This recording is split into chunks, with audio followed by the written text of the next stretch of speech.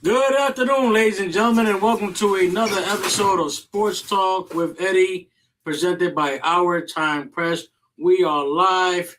Got a pretty gloomy day out there, some rain, but I think at this point we will take the rain over the snow. Just been a crazy. Listen, this has probably been one of not to get into my meteorologist stuff, but it's been a crazy winter, man. A lot of snow, a lot of cold. It's just been brutal to say the least. And glad you guys are with me. I'll be honest with you guys. I almost didn't make it today. A little bit of a rough morning, as you can see. The zipper of my Nike sweater ripped off, so that was a little bit tough. Anybody that knows me, I love my hoodies, and I come into the studio today. I'm sitting down. My producer Jay with his lovely, beautiful 1 year old daughter, because I started looking at the cameras. Before we go on air, we start looking at the cameras, make sure the audio is good to give you guys the best show possible. And then I started looking. I said, "Damn!" I said, I'm kind of looking scruffy a little bit, man. And I got a big event coming up this month, so I'm trying to hold off until that. And she's there over here in the corner, and she's like, "Please!" As soon as I said I gotta go and get a haircut, I said, "Please!" It's the funniest thing. It was the funniest thing ever, man. It was so funny. But I'm here. I'm in the building. We made it. We got 70-degree weather coming up next week. We got so much to get into. Obviously, March. We all know when March comes around. March into April, we got Major League Baseball on the horizon for my Mets and Yankees people. But this year is a little bit special because not only do we got baseball around the corner, but this year we got the World Baseball Classic, which actually kicked off yesterday, last night to be specific, between Chinese Taipei and Australia. So World Baseball Classic is it's pretty much, to me, similar meaning. You can't really say that it's on the same echelon as the World Cup, but as far as like your prototypical baseball fan, as far as representing your country and so forth, or rooting for your country, for baseball fans, this is the cream of the crop right here. So you got your Summer Olympics, you got your FIFA every 4 years, and the same thing with baseball when it comes to the World Baseball Classic. But I think the World Baseball Classic is every 3 years, if I'm not mistaken. So really glad you guys could join me, and let's get into it. So again, we're gonna kick off with the World Baseball Classic. We got some studs, man. We got some studs, and we got some good teams out there, man. Really, really good teams. It is a 20-team tournament. So before I get into like the teams, I'll go over a few teams as far as like rosters, as far as notable Major League Baseball players on that particular team representing their country. So in the World Baseball Classic, teams advance in a two-stage process. There's a round robin pool play followed by a single elimination knockout bracket. So in the first round, the tournament starts with four pools of 5 teams, where teams play each other once during that first round. The top 2 finishes within that pool advance to the quarterfinals based on win-loss percentage, obviously. In the event, if there was a tiebreaker within that pool, the following criteria are used: head-to-head record, lowest runs allowed per defensive inning, lowest earned runs allowed per inning, highest batting average, and finally just a simple draw within that pool. Round two knockout stage is basically the top 8 teams enter a single elimination bracket. The quarterfinals, winners and runner-up from the different pools cross over. So you got basically the runner-ups of those 2 teams that cross over within the pools and play from there. Semifinals and the final. 4 winners advance to the semifinals, with the winners facing off in the final championship for the next tournament. Just letting you guys know too. The top 4 finishers in each pool automatically qualify for the next WBC. Teams finishing last in their pool must compete in qualified games to advance for the next tournament. So that's pretty much giving you in-depth dialogue as far as how the WBC runs, what to expect as far as the round robin rules, knockout stage. But I'm telling you, I absolutely love the World Baseball Classic. I look forward to it just as much as I look forward to the FIFA World Cup when it takes place every 4 years because, it's another way. It's like, the WNBA. And, I'm not going to sit here and say that I've watched a few games, but, WNBA has this new league called Unrivaled, which is so, so good.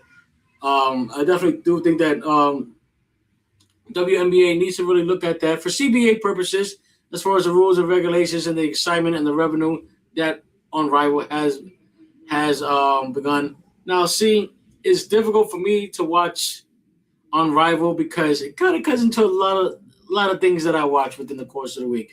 As you guys know, outside of baseball, basketball, football, I am a huge pro wrestling fan, so I annoy that with my fiance about 4 or 5 times a week, proudly enough. And obviously, you got the basketball games, baseball games, but I'm definitely going to make a commitment to myself to try to watch more WNBA games, especially that I got my stepmom into it. Basketball in general. It took me about 20 plus years, but I definitely figured out as far as trying to get her to watch more sports with me. And shout out to my stepmom, Rosie. I didn't get a chance to say that in last telecast, but last week she did celebrate her 80th birthday. So happy birthday, Rosie. Love you. And thank you for watching amongst all of you guys. So the rosters are so well for the USA in general. Super stacked roster. I mean, this is just the best of the best. Obviously, led by Captain America. Don't get mad at me. I didn't say it. There's other people that are saying it. Sports Illustrated are saying it. Things of that nature. Aaron Judge is obviously the team captain for the USA, and you have players like Bryce Harper, Bobby Witt Jr., Kyle Schwarber. From the pitching aspect, you got arguably two of the best pitchers in all of baseball in Terry Skubal and Paul Skeens. So, listen, the USA got some firepower, man. USA got some firepower to, go within this series. And I think it's not a certainty because I don't like to press guarantees on anybody, and nor do I feel anything should deserve that type of pressure. But I think the way this team is constructed, the way they have their roster just full of these all-star caliber players. Kyle Rayleigh is also on that team too, Mr. 60 home runs from last year. So you got that going on. So between the NBA and the WBC, my eyes are going to be glued into pretty much everything. So now this USA team, this is a really good team. The pitching is good. The bullpen is pretty good. And I like to say this is their best chance to win since they won it all in 2017 when they defeated Puerto Rico that year. Obviously, they went down to Japan 3-2 last year, but I kind of felt there was some holes within that team. Whereas this year, you got the big guns. You got your Schwarbers. You got obviously Aaron Judge, who I consider the best player in the universe right now. Not because I'm a Yankee fan, but look at the numbers, and then you get back to me later. But yeah, so Team USA has a lot going on for them right now. And if you guys took the initiative, I actually took the initiative. Now, again, I know it's spring training, but just to see those certain players, come together and just perform and to give, the USA baseball fans just a taste of what could we expect on the international level with this team is nothing short but impeccable. But obviously, the worry that I have, not only with just the Team USA, because you got players like Camilo Duvall and Austin Wells who are representing the Dominican Republic. You got Jazz Chisholm Jr. who's representing Great Britain. Um, my worry is obviously the health, because you want to enjoy this 2 week festivity. You want to have another way of celebrating the sport of baseball and just the international scenes in general, especially from a baseball perspective. But as a fan who watches Major League Baseball all day from April to October, health is always going to be a question. So for all the current Yankees out there who are taking the initiative to represent their countries playing this tournament, please have fun, great health, and that goes with everybody who is taking the initiative to perform in this World Classic. Dominican Republic, that's another team to watch out for. And if we're talking about stacked, we gotta also stack that team up along with Team USA. Dominican Republic is just that's a scary team. That's a scary team. I think within the past, it's just been the pitching when it comes to the Dominican Republic team, as far as not being able to have the right pitching and play. This year, their pitching, I believe, in my opinion, is a lot better than what they had in the tournament of 2023. You got a lot of experience in there, and obviously, goes and it all begins with the starting lineup. You got Juan Soto, who, 40 home run guy last year. Same thing with Junior Caminero, Ketel Marte, Vladimir Guerrero Jr. And then from the pitching aspect, you got guys like Sandy Alcantara. You got Chris Sanchez, Luis Severino.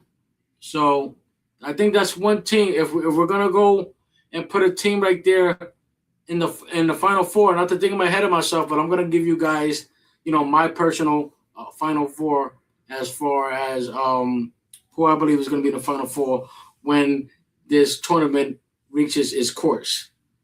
So there. Well, before I even get ahead of myself, let me just tell you guys exactly who's in the pool and break down the pools for you guys. See, I'm getting a little ahead of myself. I'm so damn excited about this.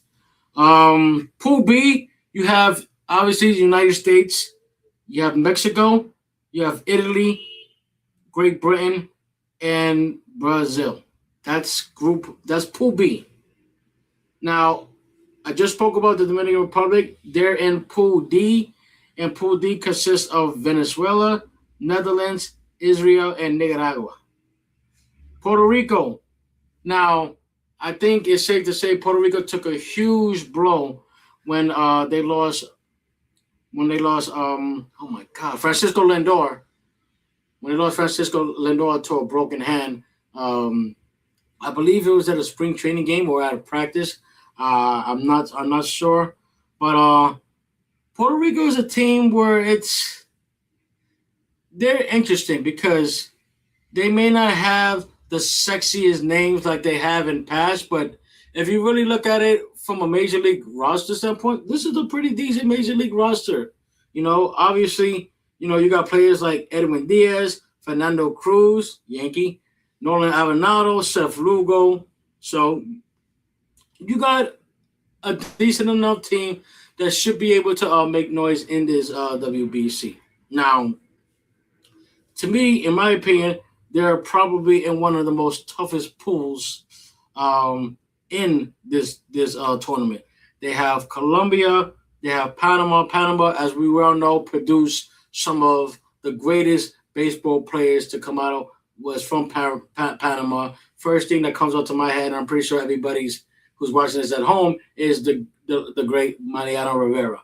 When it comes to the Panama and the type of baseball players they have produced. Cuba and Canada, that rounds off Pool A. And Japan is obviously going to be a normal team. They are the defending WBC champions, and obviously they are led by Shohei Ohtani, Munetaka Murakami, who signed with the Chicago White Sox, from Japan, Kazuma Akamoto, who signed with the Toronto Blue Jays. Now, Japan, regardless, is always in the mix as far as championship caliber baseball teams from the international standpoint. They're always there. They're always going to be in the mix, and this is a reason why the international scene is sort of elevating in Major League Baseball. You got a lot of these top tier Japanese players who are just dominating in Japan, and they're having the utmost success here on American soil.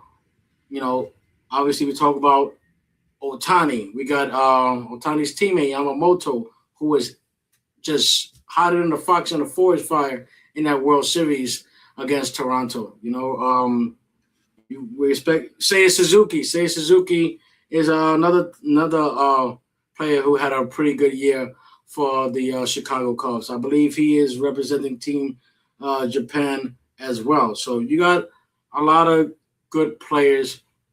This lineup is just really, really good.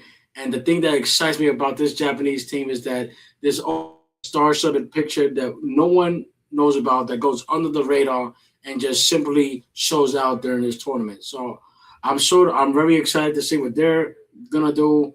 Don't want them to do it against the United States or Puerto Rico at that, but we'll see what happens. But definitely a super exciting to see that the World Baseball Classic is back. Again, like I said, the Classic kicked off last night with Chinese Taipei against Australia. That was a 10 o'clock start last night for those who wanted to know. And just give you guys a look ahead as far as Team USA's schedule. Oh, wait, sorry, I got to correct myself. Pool C. Pool C is, according, obviously with Japan, you got Australia, Chinese Taipei, Czech Republic, and South Korea. That rounds up Pool C in the WBC. So the USA schedule is gonna consist of this within the upcoming week. Tomorrow will be their first game against Brazil. That is a Friday night game at 8 o'clock against Brazil. They'll go at it again back on Saturday against Great Britain, Monday against Mexico, and then round off the first round Tuesday against Italy. So again, really good stuff to see as far as the WBC goes, and just the excitement of just baseball being around. Now, listen, as a kid, I always felt excited about two things, and this is aside from food. But from the sports perspective, whenever the weather gets a little bit warmer and the calendar shifts to March, you got good weather and you got baseball, around the corner, because being a Jets and Nets fan, it's very stressful normally throughout the winter. So I hope and pray that the Yankees give me, some spots of excitement. You would think so, being that it's a 162 game season. So I'm always excited and pumped about that. But obviously this year, as a baseball fan, super excited with the international tournament of the WBC. We're gonna get into some basketball, and I want to talk about the Knicks a little bit. Now, for those who criticize, because I've seen a lot of comments. Yesterday about they can't beat the good teams and stuff like that. Now, there was sort of, I don't know if you guys caught it, and I'm not trying to make excuses. They weren't really 100%. They haven't been in about a month and a half. But obviously, there was two key pieces missing in yesterday's game with Mitchell Robinson. As we well know, within this season, Mitchell Robinson has not played in any back-to-back games this year with the ankle injury management. So obviously, he was going to be out the fold. And, it's so easy to lose sight of other players that are on this roster, considering what the rookie Muhammad Diawara has been doing. what Landry Shaman's been doing and what Jose Alvarado has been doing. Just a few names, notable names, obvious than your usual suspects with Carl Anthony Towns and Jalen Brunson, of course. But Deuce McBride has been missed, man.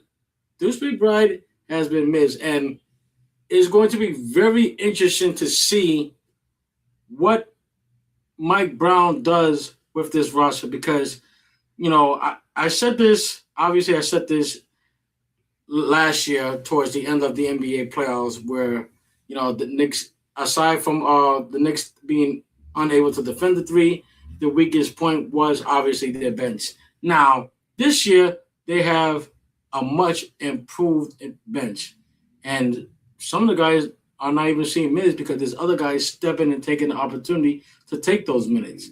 But again, you have Diawara, you have Jose Alvarado, you got Jeremy Shohan. Whenever Mitchell Robinson, misses a couple of games, the third center area, Hawk Porter, he has produced some solid minutes there. But obviously the bench is led by Mitchell Robinson and Jose Alvarado. Those are going to be the first two guys to pretty much come off the bench for Mike Brown in a playoff series, in my opinion. So just good stuff for this New York Knicks team. But again, what I saw in last night's game was fight.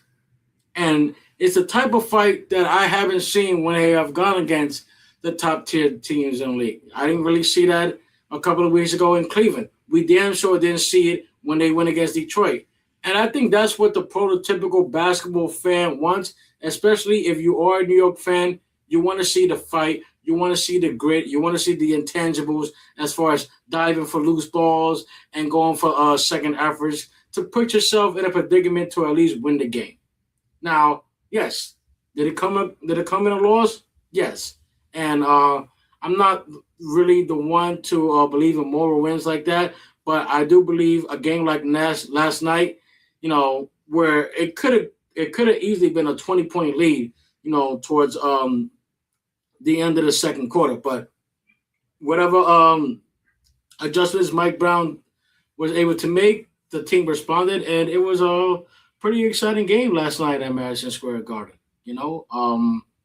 Can't really say much about what we have seen from this New York Knicks team. It's exciting. I hate to admit this, but I am a Nets fan. Well, I don't hate the fact that I'm a Nets fan, so I'm proud of that. But I'll be honest with you. Maybe it has to do with my dad being a Knicks fan, but I have watched a lot more Knicks games than I have Nets games. Now, I still tune in every time I have to watch the Nets, still see what's going on with their young guns and whatnot, because it's the fan in me. And I do believe, like I said in last week's episode, I do believe there are going to be brighter days for this franchise, especially with these 5 first-round picks. But not to get out of course, let's get back with this Knicks team. But again, effort. I think that's what it all pours down to is the significant effort. I do see that they're looking to find Cat a little bit more, looking to involve him more within the offense. For a guy who's, in my opinion, a walk-in 20 and 10 player every night, he should be getting the damn ball more in the paint. I don't know. It's obviously been a struggle within Mike Brown's system. Doesn't take a rocket scientist to see that. But I want to say within the past week or two, there have been improvements with his game. He has getting the necessary touches. And when he does get the touches, things happen. He has just as much of an impact, or he can have just as much of an impact as Jalen Brunson does. Obviously, Brunson is the straw that stirs the drink, but when you're able to get Karl Anthony Towns and you have his rebounding ability, I believe he's number 2 in the NBA right now in rebounding. So obviously, rebounding it's so essential, so important in today's game So good stuff from Carl Anthony Towns. Just getting him involved and getting him his touches and whatnot. So you gotta like if you're Mike Brown, you gotta be happy what you're seeing from this. But I think you gotta. I'm wrestling myself with the comments that I had because there seemed like a lot of disappointment, and I think you know we're seeing a lot of disappointment for all the wrong reasons. Yes, this year, as far as like the top tier teams, whether it be in the Eastern Conference or the Western Conference, the Knicks really haven't panned out really well. They pretty much have San Antonio's number for now. Obviously, last Sunday, the New York Knicks had arguably one of their most impressive wins all year, in my opinion, when they defeated the San Antonio Spurs last Sunday afternoon. But again, it was the efforts, the defensive intangibles, and at the end of the day, this was a game that was just lost by one possession, where it clearly could have been a 20 point blowout, considering the fact how Chet Holmgren was hooping last night. I think he hit like 6 or 7 threes last night. Obviously, the engine with the Oklahoma City Thunder runs with Shea Gilgeous Alexander, 32 a game. He's Mr. Bucket for OKC. He's gonna get his buckets no matter who you put in front of him. That's just what he does. But to make it a 3 point game, to lose by three with effort, with the intangibles, with the consistency that I've seen, if I'm a Nick fan, I'm okay with holding my head up high on a loss, which is kind of weird to say, but theoretically speaking, if you really look at that game in its entirety, which I did, you gotta listen. You gotta be able to take the good with the bad in some certain situations. Now, a situation against Detroit a couple of weeks ago, that's it's a head scratcher. You're gonna have media and everybody just destroy the ability of and have these question marks where like, okay, well, can the Knicks do this? Can the Knicks do that? Can the Knicks get over the hump that it seems to be the Detroit Pistons? Let me tell you guys about the Detroit Pistons. And this is just an observation that I've made. Detroit, they're a good team. They're a really good team. I think the one thing that people don't talk about them enough is their tenacity and how physical they are. It sort of gives me that bad boys Pistons vibe with this current Detroit Pistons team. I do believe, I mean, they have the defensive abilities to get things done. You have Kate Cunningham, for his offensive abilities, but he is really good on defense. Tobias Harris is a pretty decent defender. You got Isaiah Stewart, who is a dog on defense, probably one of their best defenders on the team, alongside with Jalen Duran. So yeah, the Prisons, they are a good team, but I believe and I was telling this to a relative of mine. To me, they're like, you guys remember the Sacramento Kings back in the 2000s? Very good team. Corliss Williamson, Mike Bibby, Chris Webber, Vlade Divac, Bobby Jackson. Did I say Doug Christie? I want to say I said Doug Christie. If I didn't, my bad, Doug Christie. You my guy. You my guy. But they were so good regular season, 45, 50 plus wins during that run that they had in the 2000s. But in the playoffs, they just always seem to fall against the Los Angeles Lakers, and they could never figure out the Los Angeles Lakers when it came down to the playoffs. I kind of see this Detroit Pistons team the same thing when it comes to the New York Knicks. Now, obviously, Detroit has the best record in the Eastern Conference. They're nothing to be played with. They have destroyed the Knicks 3 times. But in my opinion, in sports, it is hard enough to beat a team 3 times, but it's even harder enough to do it with that type of intensity and energy come playoff time. Now you have to really look at it. Look at it this way: the Detroit Pistons pretty much have the same type of roster, minus Duncan Robinson, if I'm not mistaken. The Knicks, in my opinion, have a better roster as far as their bench than they went into the playoff series that they won against Detroit last year. So when it's all said and done, you get Mitchell Robinson right, you get Miles McBride right, and you figure out, you know, what your whether you're gonna go from an 8 man or a 10 man rotation when Mike Brown figures this all out, because obviously you can't go in no eight man rotation in the playoffs. He's gonna have to figure that out, whether it be a 9 or 10. I don't think eight is going to do it. So we got to see ultimately what Mike Brown does with that, and see what this Knicks team is really about. But that's the vibe that I'm getting with this Detroit Pistons team right now, as far as what I'm seeing from them. They're good, but but there's also other teams to worry about. Listen, and it pains me to say this, but we have to start giving credit to the Boston Celtics, man. Uh, this is the team, and myself included. I had them maybe a fifth seed, sixth seed at best. I didn't know what their roster was going to look like. I didn't know if Jalen Brown was going to be that guy to lead the way. Obviously, he has answered that, scoring about just over 29 points a game. And breaking news came out this afternoon that Jason Tatum is on his way back. It wasn't expected that he was going to play this year, but this goes to a testament of his work ethic that he has put in. Achilles injuries is one of the most serious, if not the most serious injury you could have in all the sports. Between that and the ACL is consists of a 6 to 12 month rehab.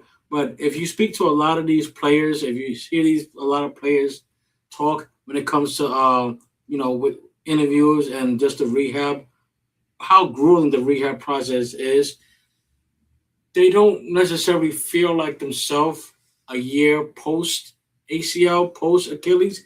Is usually that second year where they start getting a little pep in their step and hoping that they're just the same person that they left pre-injury. So I've always been a Jason Tatum fan. Even though that uniform, doesn't sit well with me, as does all of Boston uniforms. But that's just the New Yorker in me. But guy. And I watched a lot of Duke basketball. Duke is my favorite college basketball team to watch. Has been since 2000 with Mike Dunleavy, Shane Battier, J. Williams, Greg Paulus, Carlos Boozer, and those guys. Great team. I think they won the national championship that year against Arizona. I can't remember, but I know I did see when they won the national championship. I know that. I just can't put the year together, but I want to say 2000, 2001 that they won the national championships. But yeah. So Nick fans, let's just bear down, man. Let's just chill out a little bit. Let's breathe a little bit. Let's relax. Let's calm down. And listen, let's just see these boys go to work. Again, they're not at full strength. They probably won't be at full strength until at least mid-April, where Deuce McBride is expected to return from the sports hernia injury. I think no, sorry, core muscle injury that he had. Um, and I think right then and there, once the team starts to mesh at full health, and we see what the rotation is going to be as far as the bench goes, because it's pretty much a foregone conclusion if they're healthy, is going to be Towns at the 5, Ananobi at the 4, Hart at the 3, Bridges at the 2, and Brunson at the 1. So that's pretty much a foregone conclusion, health permitting, obviously. But listen, it happens. You're not gonna win every game. OKC has the best record in the NBA, if I'm not mistaken, and they are the defending champions. So New York knew exactly who they are. They are who they thought they were. You know, so you have to be able to look at the pros and cons, win or lose. And in this aspect, I think if you're a Knicks fan, you can walk away and be like, you know what, man, they played their asses off. They did all right. They did all right. They did pretty good. They didn't come up with the win, but it's just the fight and the poise of trying to get the game close and tying it. And there was a point in the fourth quarter where they actually took the lead. They just didn't make enough stops towards the end of the game, and that's pretty much why they fell uh, to a 3-point loss to OKC. But again, from a positive aspect, this is a good sign because it just seemed like the wheels were just falling off whenever they would go against these top tier teams. Cleveland, obviously, for the most part, they have figured out Boston. We'll see if that will be a continuance, whether it be. I think they have one more regular season game against Boston this year. I'm not 100% sure on that, but obviously Boston will be a team that we probably could see in the playoffs down the road. They are currently the number 2 seed, and this is without Jason Tatum, which is why I think they're the most unpredictable and most scariest team in conference. And yeah, we can throw Cleveland in there. We know what Detroit is gonna do, and we have an idea of what New York is gonna be when it's all said and done. Uh, Cleveland's just the same team, good regular season team, and they just seem to just die out in the playoffs. James Harden is not 100%. He is currently battling with a fractured thumb on his non-shooting hand.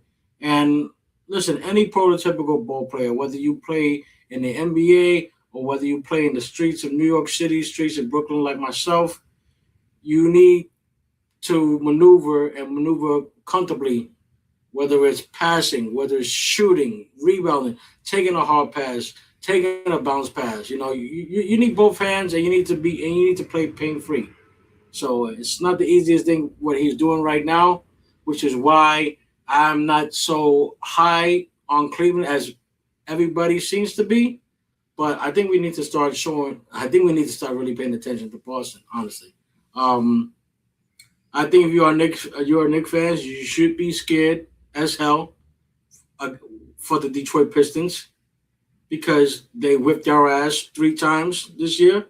So that's definitely worrisome. But again, the games that happen in January and February, I don't obviously these rosters are not going to have the same type of playing style and intensity that they're going to have come April when the playoffs get kicked off. So this is why I said, okay, Detroit seems to do what they've been doing all year round at the highest level, best record in the Eastern Conference. The thing is, can they get over that hump and perform well in the playoffs? Now, again, I'm not saying that they're incapable of. I'm just saying they just for some reason I don't know what it is. I don't know what it is, but the more I watch them and the more I see them in the playoffs, it's just like it just gives me deja vu of those great Sacramento Kings team. And to me, those Sacramento say that 3 times fast. Those Sacramento Kings teams in the 2000s were probably one of the greatest teams to never win a championship. You could say that, and obviously the Utah Jazz in the mid '90s, and why they didn't win it because, and not to bring this up to Knicks fans, but New York Knicks teams in the '90s were good, but as far as the New York Knicks teams in the '90s, it just kept falling to the Chicago Bulls. The 2000 Sacramento Kings were a good regular season team, just kept falling to the Los Angeles Lakers come the playoff times. And I'm sort of seeing a little deja vu when it comes to the Detroit Pistons. Now, we'll see what they're made of come playoff time. And this is the same thing that goes to the Knicks. I'm not letting them off the hook too.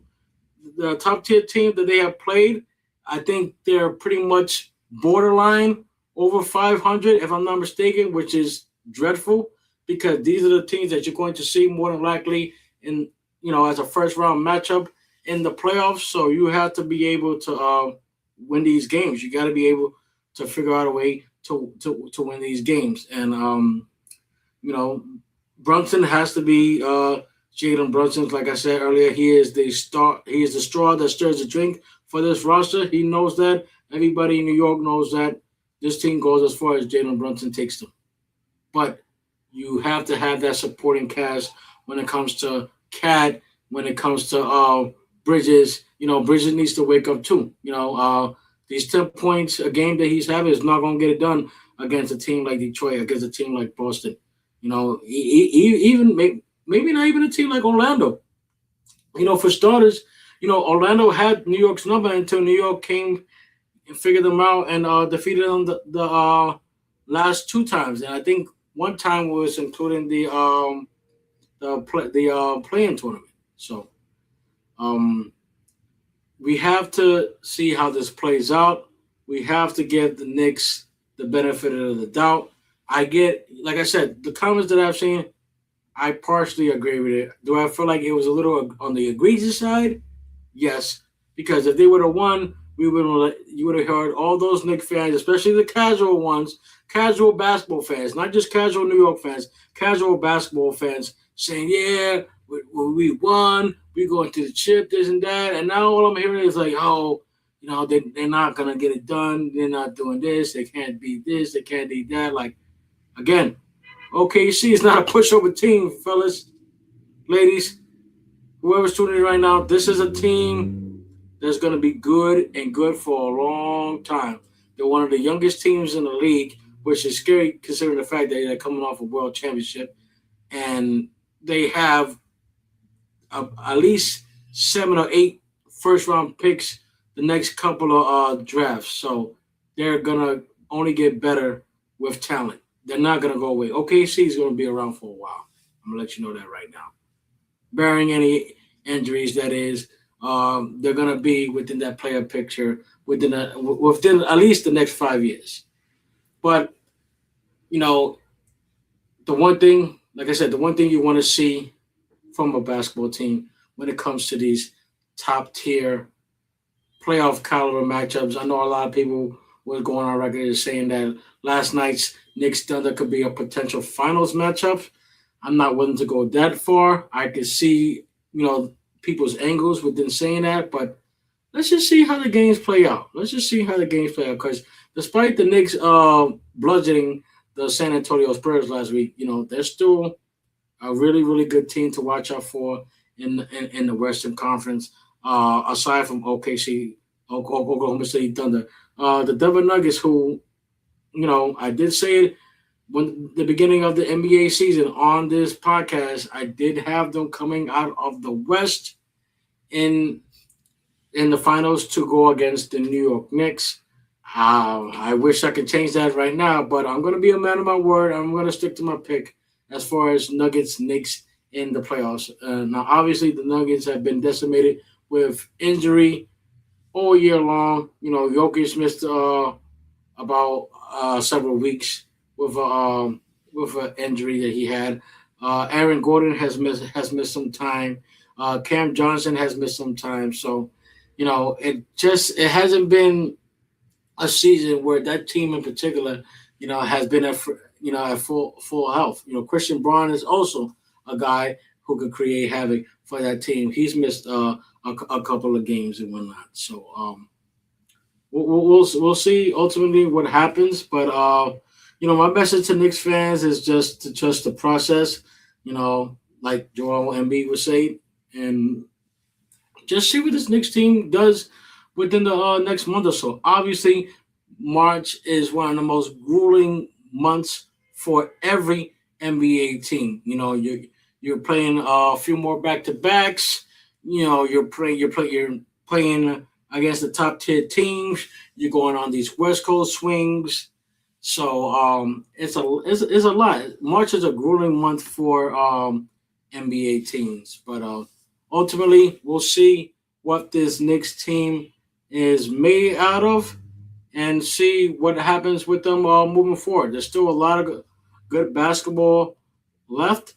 I think the Knicks are at 20 games. I think that's the same thing with Brooklyn as well as we wind down to the 2025-2026 NBA season. 917-319-5481 is that number to dial, guys. Wow, we had a pretty good damn show, man. Pretty good show. Got into a lot of stuff like that. NFL news. Let's get into some NFL before we wrap up. Obviously, as we know, free agency is March 11th. I believe that is at 4 p.m. And we already had some interesting names that were either franchise tagged or released. Now, the notable players that have been franchise tagged are Daniel Jones of the Colts, Kyle Pitts of the Atlanta Falcons, Breece Hall of the New York Jets. Now, Kyle Pitts got hit with something called the non-exclusive franchise tag. Now, for those who just felt like I didn't speak any sense just now, I'm going to break it down to you guys as far as what the non-exclusive franchise tag is. So the non-exclusive franchise tag is basically a one-year contract tender that allows a player to negotiate with other teams while granting the original team the right of first refusal.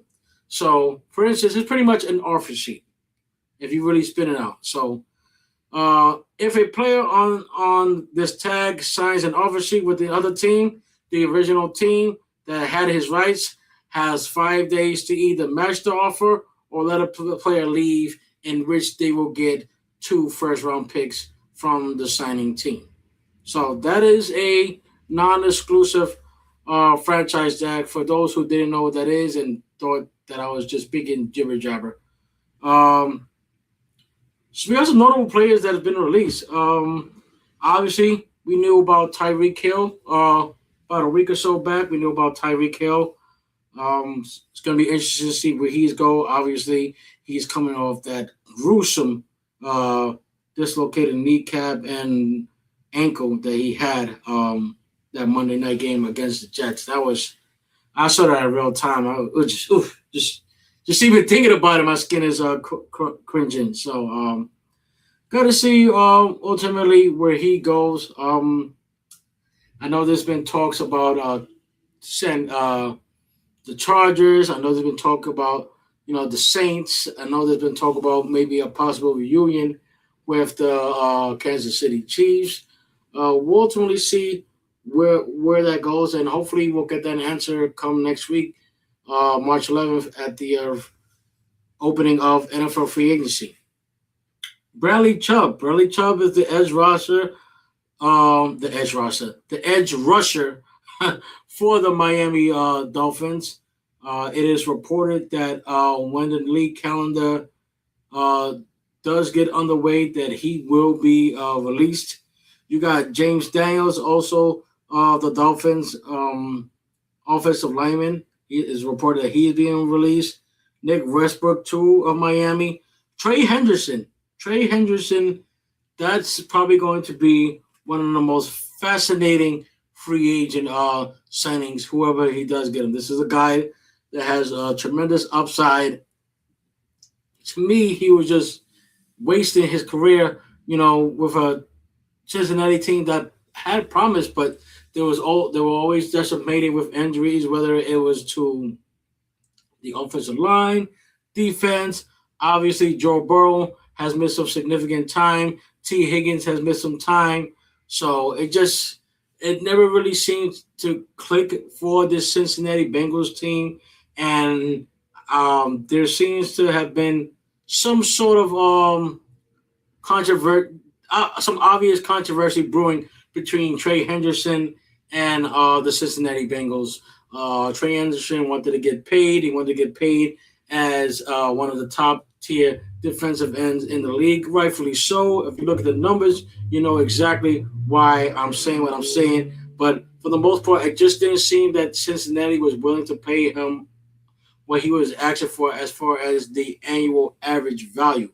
So they elected not to tag him, which ultimately makes him a free agent. So it's going to be a lot of potential suitors. I could see a team like Dallas that would probably be in the mix for him. You always got to watch out for Philadelphia because Philadelphia is always find a way to grab those top tier players and just reinvent them and make them better. So if I had to pick another team aside from the two that I mentioned, let's go Dallas, let's go Philly, let's go Patriots. Those are the two teams that I think we should watch out for as far as Trey Henderson's next team. Khalil Mack is also a potential free agent. Joey Bosa, that's a name to watch. I would love to see him go to a team like San Francisco and just cause havoc with his brother Nick there. I think that would be super sweet to have both Bosas on each side of the end, just causing havoc for that 49ers defense. Kyler Murray is very interesting. If you guys tuned in yesterday, I was talking about Kyler Murray perhaps being a short term answer for the New York Jets at quarterback. I hope that's not where the Jets go. Obviously, there's so many potential players that could be a quarterback suitor for the New York Jets. Obviously, Derek Carr, probably coming out of retirement. Tua Tagovailoa is a name that I've heard that's been mentioned as far as the Jets, assuming that Miami elects to release him. Um, I really hope again, and I'm not gonna stress this enough. I really hope the Jets. I just feel like Malik Willis is the guy, man. Malik Willis is the guy. It's not a lot of resume when it comes to the pros, but when he was out there, he was good. He's 25 years old. He has a good arm. He has a sense of what he's doing at the quarterback position. So I hope that the Jets, even from a short-term purposes, because unless they miraculously find a way to trade up to get Fernando Mendoza, I don't see there being any other option. And obviously, I think it's safe to say if it doesn't happen at the end of this telecast, it will probably happen within the next coming days. As far as Justin Fields and him being released by the New York Jets, I'm expecting that to happen within the next couple of days. You have Jimmy Ward. You have Bobby Okereke. I'm sorry if I pronounced that name wrong. One of the top tier inside linebackers for the Giants that was released. Will Disley from Seattle and former Jet Makai Becton. So that's pretty much those players that have been read. And how can I forget Stephon Diggs? Stephon Diggs was also a team that was a player that was released yesterday. Now it's kind of weird because as soon as I seen that, I said, okay, he's gonna go back with his boy Josh Allen, and they're gonna give it one more dance over there up in Buffalo. He's 32 years old. He comes with a lot of baggage on and off the field. We all know about his legal issues. There's been questions about whether he plays hard every down and whatnot.